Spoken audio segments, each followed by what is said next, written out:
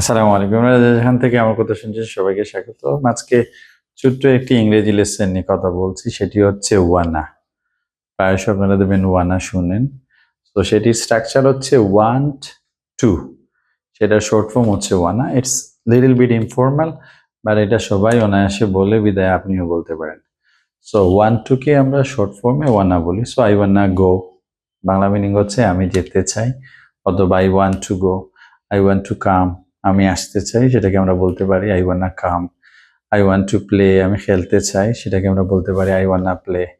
I want to try, আমি চেষ্টা করতে চাই, শর্ট ফর্মে আমরা বলতে পারি I wanna try. I want to watch a movie, সেটাকে আমরা শর্ট ফর্মে বলতে পারি I wanna watch a movie.